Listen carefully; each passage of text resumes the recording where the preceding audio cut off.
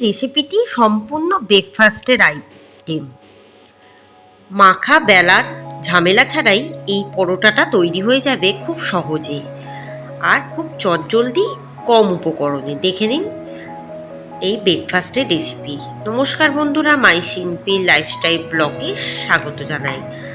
মাখতেও হবে না, বেলতেও হবে না।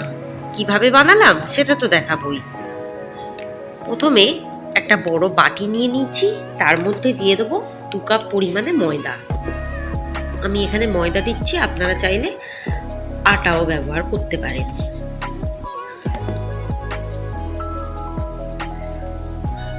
দু কাপ ময়দা আর একটুখানি চিলি ফ্লেক্স, আর দেবো 1 চামচ গোলমরিচ গুঁড়ো আর বেশ কিছুটা ধনেপাতা কুচি দিয়ে ভালো করে এটাকে মেশাবো। এরপর আরও হাফ কাপ মতো ময়দা দেব ওর মধ্যে।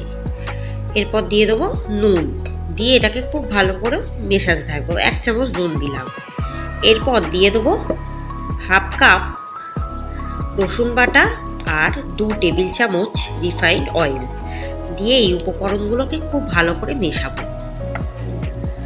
মিশিয়ে একটা ঘন ব্যাটার তৈরি হবে। তারপর দিয়ে দেবো কুসুম গরম জল দিয়ে ব্যাটারটাকে খুব বেশি পাতলাও করব না, আবার খুব বেশি মোটাও করব না, খুব মাঝামাঝিভাবে এটাকে গুলতে হবে।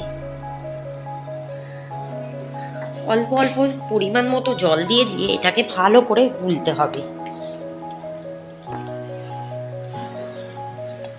যত ভালোভাবে গোলা যাবে তত কিন্তু পরোটাটা বেশ নরম তৈরি হবে। এরপর আরও জল দিলাম। মোট আমি এখানে ছোট কাপের 1 কাপ জল দিয়ে দিয়ে গুলছি। গোলার পর বেশ কিছুক্ষণ রেখে দেওয়ার পর দিয়ে দেবো 1 টেবিল চামচ বাটার। বাটারটা দিয়ে আরেকটু মিশিয়ে গুলিয়ে রেখে দেবো প্রায় 30 মিনিট। হাতে সময় কম থাকলে 15 মিনিটও রাখা যেতে পারে। দেখুন ব্যাটারটা কতটা স্মুথলিভাবে গোলা হয়ে গেছে। এবার একটা ফ্রাইং প্যানে দিয়ে দেবো 1 টেবিল চামচ রিফাইন্ড অয়েল। অয়েলটাকে ভালো করে স্প্রেড করে খুব ভালো করে গরম করে নেব। তারপর একটা হাতার সাহায্যে 1 হাতা আমি এখানে দেব, দিয়ে এই হাতার সাহায্যে গোল গোল করব একটু।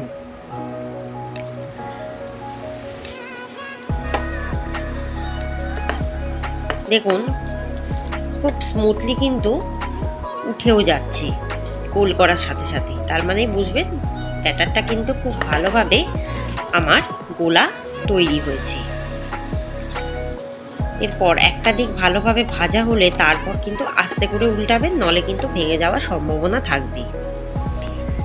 এটা কিন্তু ব্রেকফাস্টে বাড়িতে বানিয়ে দিতে পারেন, একটু সসের সাথে খাবেন, ভীষণই ভালো লাগবে। এবার আমি আস্তে করে উল্টে দেবো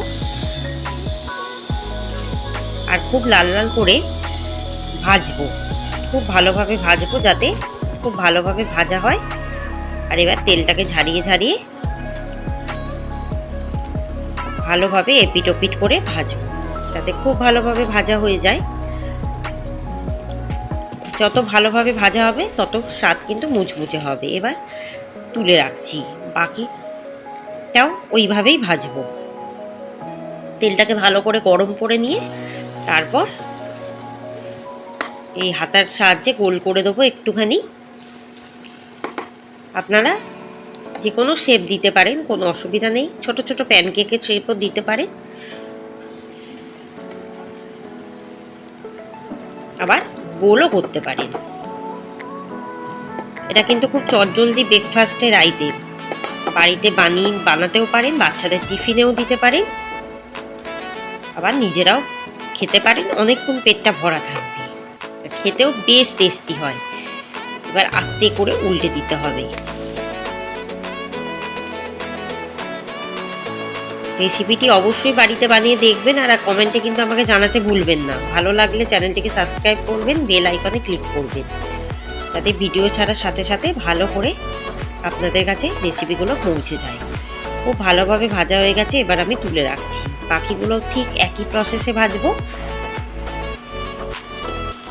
যত ভালোভাবে ভাজা হবে তত কিন্তু মুচমুচে স্বাদ হবে।